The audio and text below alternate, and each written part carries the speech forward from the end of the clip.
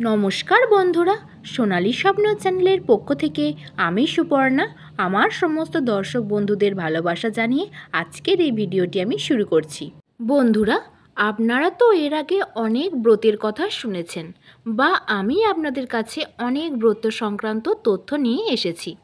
অনেক ব্রত কথা আপনাদের সাথে শেয়ার করেছি বা আপনারাও অনেক ব্রত কথা জানেন, কিন্তু আপনারা কি জানেন ললিতা সপ্তমী ব্রত কী বা ললিতা সপ্তমী ব্রত কেন পালন করা হয় আর এই ব্রত কারা পালন করে?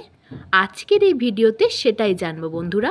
আশা করব এই ভিডিওটি আমার সকল বন্ধুদের খুব ভালো লাগবে, তাই আমার বন্ধুদের কাছে ভিডিওটি শেষ পর্যন্ত দেখার অনুরোধ রইল।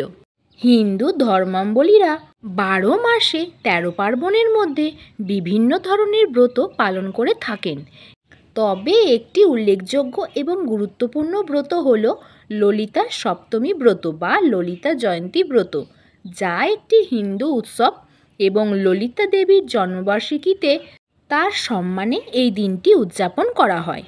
শ্রী ললিতা দেবী ছিলেন শ্রীমতী রাধারানী এবং ভগবান শ্রীকৃষ্ণের অন্যতম ঘনিষ্ঠ সখী এবং অন্য সকল গোপিনীদের মধ্যে তিনি ছিলেন একনিষ্ঠ ভক্ত।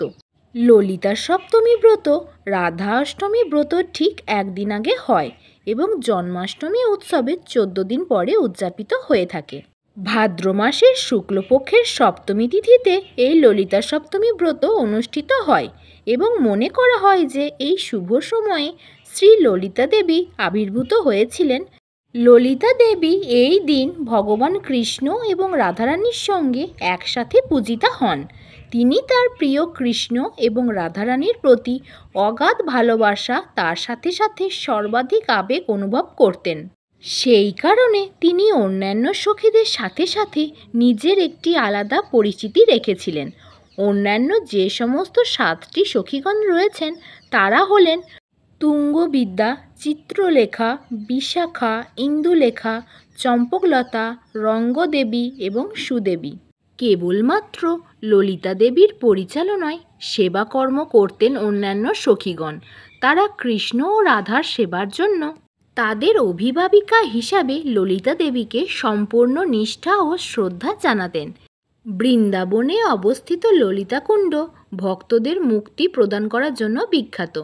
সর্ব জায়গায় বৃন্দাবন এবং বজ্রভূমিতে এমন অনেকগুলি মন্দির পাওয়া যায় যেখানে শ্রীকৃষ্ণ এবং রাধারানী ললিতা এবং বিশাখা নামে 2 জন গোপিনী দ্বারা পরিবেষ্টিত হয়ে আছেন, কিন্তু ভক্তগণ ললিতা সপ্তমীর উপবাসও পালন করে থাকেন।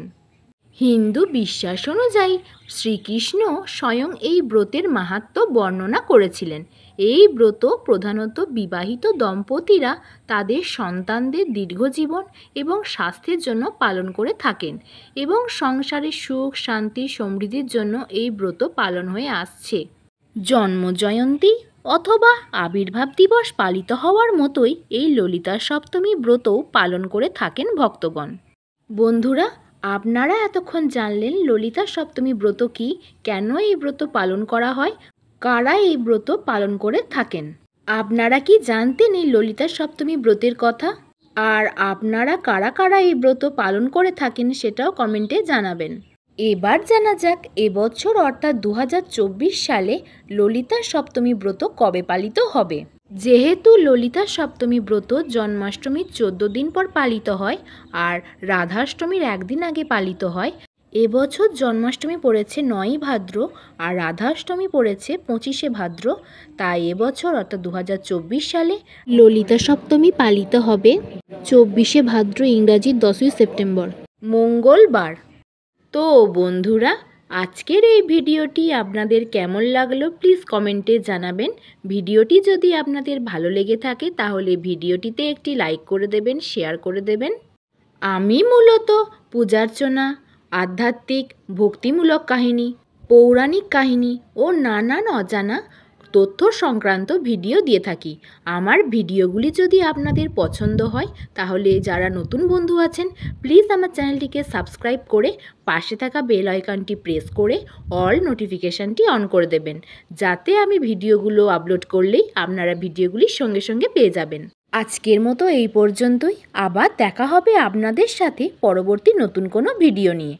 সবাই খুব ভালো থাকবেন, সুস্থ থাকবেন, সাবধানে থাকবেন আর আমার পাশে থাকবেন। টাটা বন্ধুরা।